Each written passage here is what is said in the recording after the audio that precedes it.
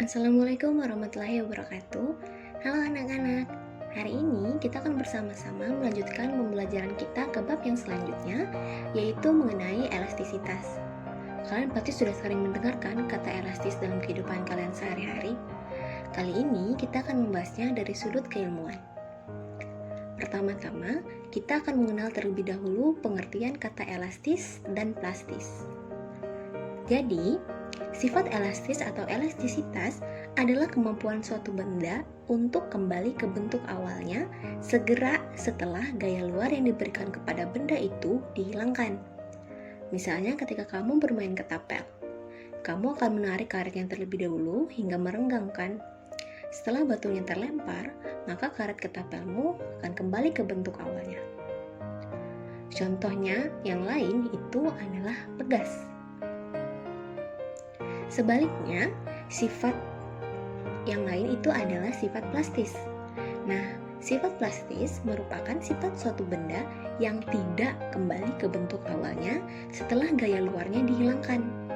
Misalnya saat kamu bermain dengan clay, ia tidak akan kembali ke bentuk awalnya setelah kamu membuatnya dalam bentuk-bentuk tertentu. Contoh yang lain itu adalah plastisin.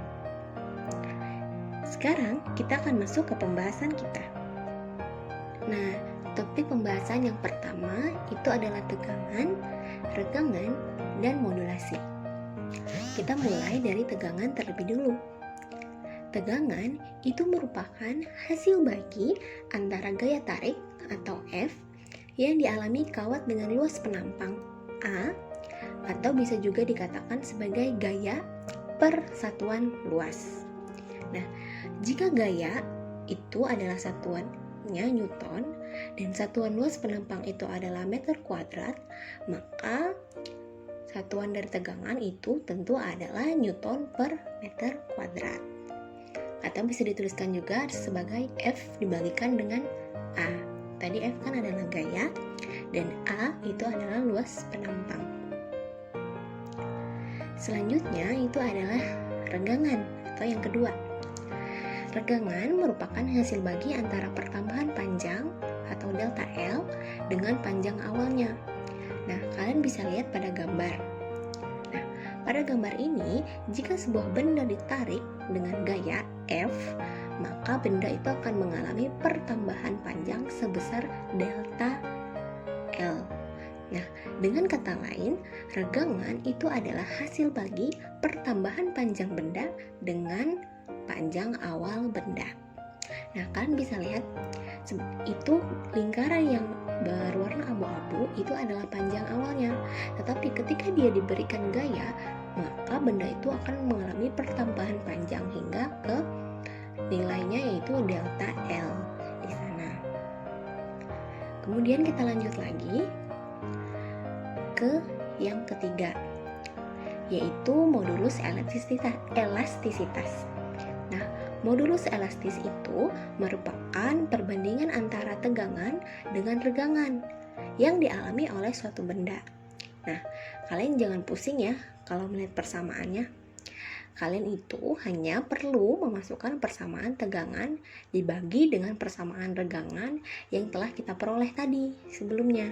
Kan tadi kita sudah membahas tegangan dan regangan. Nah, jadi kalau modulus elastisitas ini, dia hanya membagikan tegangan dibagikan dengan regangan. Jadi kalian tinggal perlu memasukkan persamaannya saja.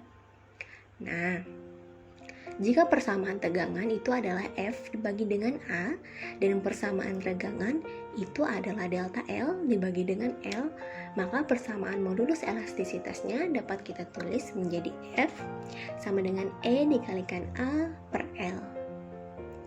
Nah, selanjutnya kita akan masuk ke topik pembahasan kita yang selanjutnya atau yang kedua. Topik pembahasan kita yang kedua yaitu mengenai hukum Hooke. Nah, seperti namanya, hukum Hooke ini ditemukan oleh seorang pria yang bernama Robert Hooke. Nah, jika sebuah pegas diregangkan dengan gaya tarik F hingga pegas itu bertambah panjang sebesar X, nah, maka hukum Hooke itu menyatakan bahwa jika gaya tarik F itu tidak melampaui batas elastisitas pegas, maka pertambahan panjang pegas itu berbanding lurus atau atau sebanding dengan gaya tariknya. Nah, hukum Hooke itu dinyatakan sebagai F sama dengan K dikalikan dengan delta X, di mana F itu adalah gaya tarik, satuannya Newton, K itu adalah konstanta pegas atau Newton per meter, dan delta X itu adalah pertambahan panjang pegas. Satuannya tentu saja kalau panjang satuannya meter. Nah, hal ini kemudian membawa kita pada pembahasan selanjutnya mengenai hubungan gaya dengan pertambahan panjang benda. Nah, seperti yang kalian lihat pada grafik. Nah, pada grafik ini, apabila gaya atau F itu diperbesar hingga dia melampaui titik A, garis itu akan berbelok. Dia itu menandakan bahwa batas linearitasnya itu terlampaui, namun pegas itu masih bisa kembali ke bentuk semula setelah gayanya dihilangkan. Nah, kalian bisa lihat di situ dia masih berada di daerah elastis. Tadi ingat pengertian elastis, dia masih bisa kembali ke bentuk semula. Nah, selanjutnya apabila gaya F itu kita perbesar lagi, karena lihat grafiknya dia meningkat. Nah, jika gaya F itu diperbesar lagi hingga dia melewati titik B, maka pegas itu akan semakin bertambah panjang dan dia tidak bisa kembali ke bentuk semula setelah gaya dihilangkan. Dan di sana dia masuk ke daerah plastis. Tadi ingat lagi pengertian plastis itu adalah tidak dapat kembali ke bentuk semula atau dia adalah kebalikan dari si elastis. Benar, memang benar bahwa bendanya mengalami pertambahan panjang tetapi dia tidak dapat lagi kembali ke bentuk semula. Nah, selain itu, apabila kita akan memberikan gaya lagi sampai kita ada di titik C, maka pegas itu akan putus. Dia sudah tidak bisa lagi bertambah panjang. Dia sudah tidak elastis, dia sudah tidak plastis, tapi dia akan rusak, dia akan putus. Nah, selanjutnya kita akan masuk ke pembahasan kita yang terakhir nih, mengenai susunan pegas. Nah, terdapat dua buah susunan pegas, yakni seri dan paralel. Pada susunan seri, pegas satu dengan pegas yang lainnya itu saling terhubung dengan ujung pegas yang saling bertemu dengan pangkal pegas seperti yang tertera. Nah, di situ kalian lihat kalau bagian atas pegas itu kita sebut dengan pangkal pegas dan bagian bawahnya itu kita sebut dengan ujung pegas, maka pada susunan seri pangkal dan ujung pegas itu sama-sama terhubung satu dengan yang lainnya. Kalian lihat sendiri kan pada susunan seri. Kemudian untuk menentukan nilai K-nya itu kalian hanya perlu menjumlahkan 1/1 ditambah dengan 1/2 dan seterusnya sesuai dengan jumlah pegas yang ada pada susunan pegasnya. Jadi misalnya kalau pegasnya ada 3, nanti kalian bisa menambahkan sampai 1/3. Begitu seterusnya ya. Kemudian pada susunan paralel, pegas satu dengan yang lainnya itu tidak terhubung secara lurus seperti susunan seri. Nah, biasanya pangkal pegas itu akan bertemu dengan pangkal pegas yang lain dan ujung pegas itu akan bertemu dengan ujung pegas. Jadi pangkal ketemu pangkal, ujung ketemu dengan ujung. Nah, seperti yang kalian bisa lihat pada susunan paralel.